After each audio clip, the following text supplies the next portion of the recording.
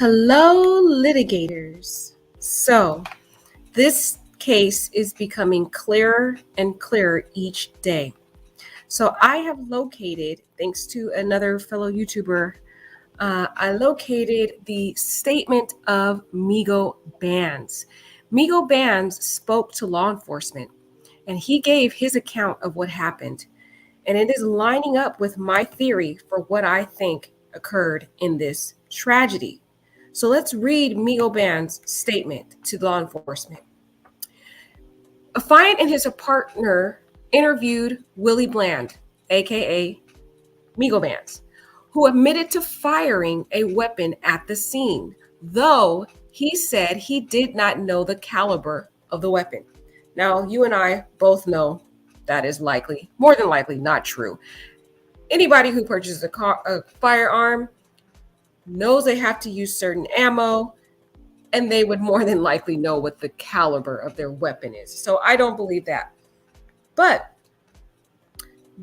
Migo Band's statement provides evidence for why law enforcement is not charging him for a crime, because they believe he fired in self-defense. Let's get into his statement. Bland stated that he was part of a traveling group, including Takeoff, Quavo, and several other individuals. We will name this group the Migos crew, and stated that they were visiting local music producer Jazz Prince. And we know that is consistent with the social media videos we've seen on Quavo's Instagram, as well as the indications that it was Jazz Prince's birthday and they were celebrating his birthday. During this trip, they went to a basketball game at a local gym, and then they went to a party at the bowling alley. Bland stated that he had seen the two males we have identified as Joshua and Watkins throughout the evening. Now, remember, we talked about this story yesterday, and there were indications based upon the search warrant of Patrick's truck that Quavo was arguing with three people in total. One was Michael Prince, one was Cameron Joshua, and the third person, we didn't know who that was. Well, now we know who that third person was. It was Watkins. During that whole day, Migo Bands noticed that Little Cam and Watkins had firearms throughout the evening at both the basketball game and the bowling alley, and that he's seen them with guns even throughout the night. Bland stated that he was watching them both when Quavo was arguing with them just before the shooting. So we know Quavo was arguing with Michael Prince, Lil Cam, and Watkins. Those are our three people. And those three people that he was arguing with, we know that at least Cameron Joshua was a Mob Tie member, and I'm going to assume Watkins probably was a Mob Tie member. And we have to also put into the equation that Patrick was affiliated with the Mob Ties. Keep that in mind. And as Quavo turned and walked away, he believed that Joshua said something and began pulling a gun. So he reached out and punched him. Now we know the clear reason for why Migo Bands punched Little Cam. He punched Little Cam to protect Quavo because he thought that Little Cam was going to rob Quavo, and that Little Cam was pulling out a firearm that Migo Bands observed him have throughout the day. Now, this is all making sense to us now. Bland stated that he then shoved the other male, and that other male that he shoved was Watkins, when he saw him coming toward him. And then he heard gunfire erupt around him. So this is giving us clues now, guys.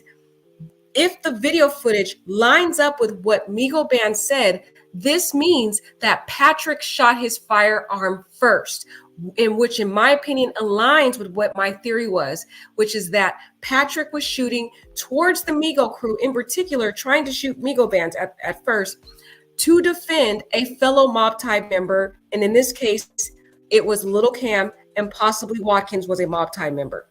So at this point, there became a battle between two parties.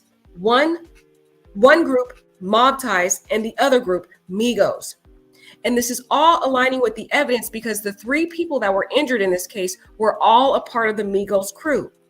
1, Takeoff was a Migos member. He was deceased. 2, the assistant of Migos was hit. 3, there was a woman who was with the Migos crew who was also hit in the head. So the evidence is showing that Patrick was intentionally shooting towards the Migo crew to basically defend a fellow Mob Tie members. And in this particular, it was Little Cam and possibly Watkins, which I'm believing is my theory. Bland stated that he believed it was probably Cameron Joshua shooting at him. So he began shooting at Cameron Joshua. And this lines up with the video we've seen because there's a part in the video where you can see Migo Bands, his eyes are glued upon Lil Cam. He's watching Lil Cam's every move and he pulls out his gun.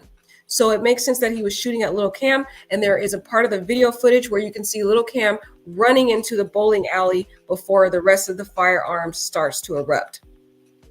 Affiant observed from his view of the video surveillance recordings described above that at the time of the shooting appears to start, Joshua ran back inside the bowling alley and that he was armed with a handgun, but there is no video evidence showing him firing a gun.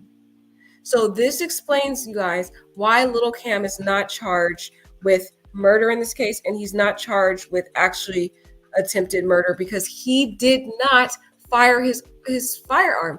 The video surveillance recordings show that based upon law enforcement's review of the video recordings. Affiant knows from his scene investigation that 3 gunshots were fired into the bowling alley. Affiant believes these bullets are consistent with having been fired by Willie Bland based on his movements and his position. And again, law enforcement used reconstruction and ballistics to test this information out. The only problem that they have in this case right now is, number 1, they don't know the caliber of the weapon of Willie Migo Bands, which they're going to have to solidify that before they go to trial. And number 2, they don't have the actual murder weapon because Patrick more than likely destroyed that firearm by now. In your Affiant's opinion, these shots should not have caused the injuries to the deceased or the living victims due to the shooting angles, positions of the parties, and the complainant's injuries. In my opinion, the video evidence supports Bland's statement regarding his actions before, during, and after the shooting. So we gathered a lot of information from Willie Bland's statement, and law enforcement was able to corroborate what Migo Bands stated because they looked at the video surveillance, and in the officer's opinion, he says the video supports exactly what Migo Bands said happened. So we have not only the statement of Migo Bands, but we have the recording. Basically, the law enforcement has the recording corroborating and confirming that everything that Migo Bands said is true. So if we take those pieces of evidence together, we can conclude that the person that first shot his firearm was Patrick Clark. And that means Patrick Clark was not shooting in self-defense, and he was shooting to defend a fellow Mob Tie member, which means he escalated this, which was not necessary. But because they're all associated with Mob Ties, we have Little Cam, Patrick Clark, and possibly Watkins versus the Migo crew and all that are associated with them. You can see it was 2 battles between the 2 groups. Patrick was shooting to defend the Mob Ties, and that's why you can see that only Mob Tie members were injured in this case because Patrick was shooting intentionally in the direction of Mob Tie members, and he was willing to take out anybody associated with the Migos because at this point it was a battle between the Migos and Mob Ties. That is my theory. I do think that Patrick was initially intending to shoot Migo Bands to defend Little Cam, but once he started shooting wildly, at this point his intention was to shoot towards anyone that was affiliated with Migos, which was why Takeoff was brutally taken out of this world.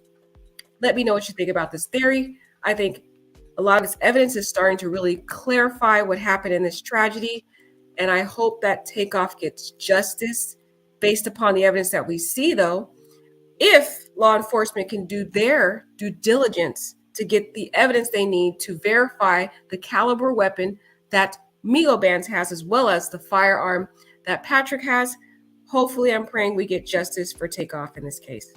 Have a wonderful night.